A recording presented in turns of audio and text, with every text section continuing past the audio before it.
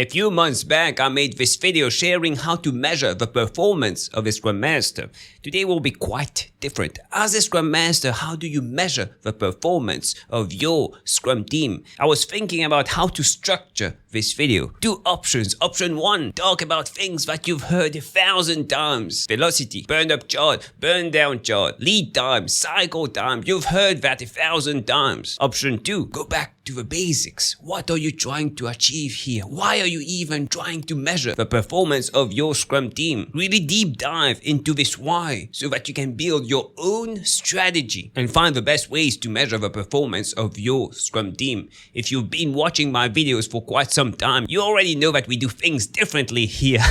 So we're going option 2. But first, let's define what performance of your Scrum team means. Are you currently measuring the performance of your Scrum team? Do you have a baseline? How do you measure the Scrum team? I'm guessing that most of you are Scrum Masters, Agile coaches watching this video. So I'm going to talk to you. How do you measure the performance of your Scrum team? Are you using cycle time, lead time, velocity, objectives, KPIs, goals? Most of you watching will be using these kinds of metrics, and it doesn't matter what you use, as long as what you use is smart, specific, measurable, achievable, relevant, and time-bound. Extremely important. Using this method to define your goals, your targets, your KPIs greatly increases the chance that you can actually achieve it simply because they are clear. You know exactly what to do and how to achieve them. So first off, if the KPIs that you're currently using, if the goals that you're currently using, the objectives, the target of your Scrum team is not smart, start with that first. Go back to the basics. A target shouldn't be we want to make our customers happy. What does that even mean? You should have a baseline first. What's the current happiness of your customers? Then you can increase it by X% in the next 3 months. That's very clear. You have a baseline. You know exactly how much it needs to increase. And it's time-bound, specific, clear. That's smart. Another very common example is measuring the increase in velocity of your Scrum team over time. Let's say your Scrum team's velocity is 100 points and you want to increase it by 10% in the next 3 months. That's a very smart goal. You know exactly what to do. But is it the right goal? Should you even be measuring the team by their increase in velocity? Is that a measure of performance? Is that a measure of productivity? Not quite, and we'll talk about that more later on in this video. But my point here is you need to start with measuring the right things. And what are these right things? Why are you even using Scrum in the first place? Did the team decide to use the Scrum framework? Was it suggested by the Scrum Master or imposed by the Scrum Master? Or managers somewhere, leaders in your organization told the team, you need to be using the Scrum framework. You need to be using agility. Pause the video. Really think about this. Why are you using, honestly, why are you using the Scrum framework? Most of you watching will be using the Scrum framework because the organization told you, the company told you to use the Scrum framework and you can't do anything about it. But why does the organization want to use the Scrum framework? Think about it. Go ask around and you'll realize that in most cases, the organization is implementing agility, is implementing the Scrum framework because they want to go faster and cut costs. Faster and cut costs. That's the goal of agility, right? That's the goal of a Scrum framework, right? Wrong. Where is it mentioned? Go find the Agile principle or Agile value that talks about cutting costs and going faster. Open the Scrum Guide 2020, the latest version of a Scrum Guide. Where is it mentioned that we should be cutting costs and going faster? It's not mentioned. Let's read the Scrum Guide together. The entire Scrum team is accountable for creating a valuable, useful increment every sprint. That's the goal. Valuable, useful increment every sprint. The entire Scrum team. That's the goal. This is where you should be measuring the performance of a Scrum team, not velocity. Burn up, burn down, cycle time, lead time. These are metrics that help you improve. Achieve this goal, but at the end of the day, the most important thing that the Scrum team should be doing is building the shippable increment every single sprint. Value every single sprint. Again, very useful metric, velocity increasing every single sprint. Very useful report, burn down chart, a perfect burn down chart. But these were never the outcome. The outcome, building the shippable increment every single sprint. And this is where we encounter our first roadblock with the organization or the company we work for. We need to find out what's the incentive of management, of the directors, of the leaders. What do they want? Do they want to go faster, or do they want to release every single sprint? Increments every single sprint. Because why are we building increments every single sprint? Because we don't know what the customer wants. We want to release something quickly, get feedback from customers, and build something better. All this is around value, maximizing value. That's what agility and Scrum is all about. Not going faster, not cutting costs. So fix that first. Understand what your organization is trying to do. Why are they doing Scrum? Why are they doing Agile? Then you can start measuring based on what they want. If they want to go faster, maybe Agile or Scrum. That's not the right thing for you. If they want to maximize value, please the customer.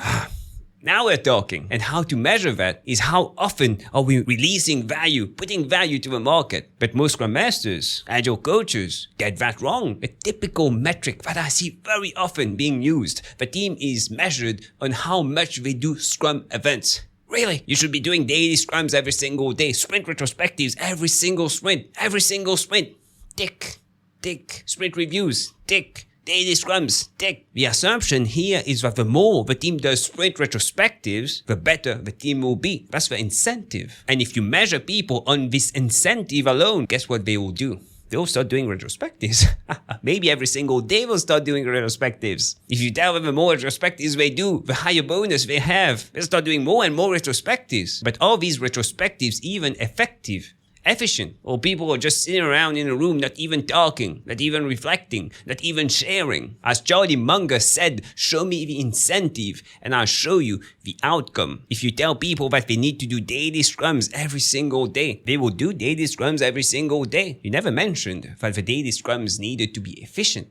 Effective. If you tell people that they need to increase their velocity gradually, they will find a way to increase their velocity gradually. They'll find a way to fake it. Always find out first, what's the outcome? What are we trying to achieve? If it's pleasing the customer, set a baseline. Is the customer pleased now? How do we know? Ask the customer, do surveys, NPS, Net Promoter Score. And once you get that, maybe you can tell the team or get the buy-in of the team to increase it by 5%, 10% in the next 3 months. That's a smart goal, a smart target, and a good incentive. This will force the team to work towards this incentive, which at the end of the day will make the customer happier. But remember, you need to be allowed to use these kinds of metrics. That's the tricky part. Management can tell you when you present these metrics to management and tell them, we want to increase the happiness of customers. They'll tell you, yeah, that's a beautiful metric. Go for that. But increasing the happiness of customers might decrease the amount of features that we can put out because we are no longer focusing on releasing output. Now,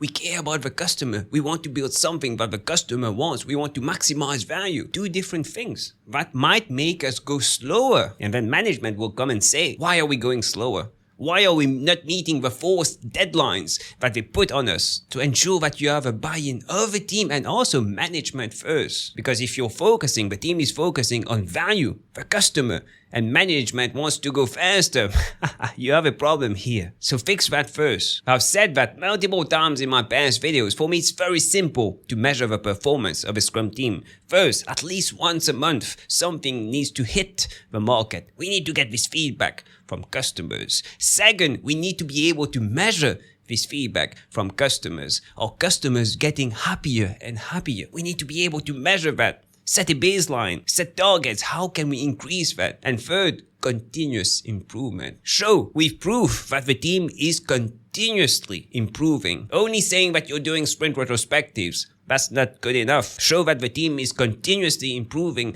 in terms of their skills, their knowledge, their processes, how they work together. Set baselines and show that. And there's a fourth one, sustainable pace. We shouldn't be working overtime every single day. That's not sustainable. A sustainable pace means doing 100 points in terms of velocity every single sprint. For the next 6 months, you're doing every single sprint, 100 points. People feel that it's bad. That's wrong. The velocity should be increasing. No.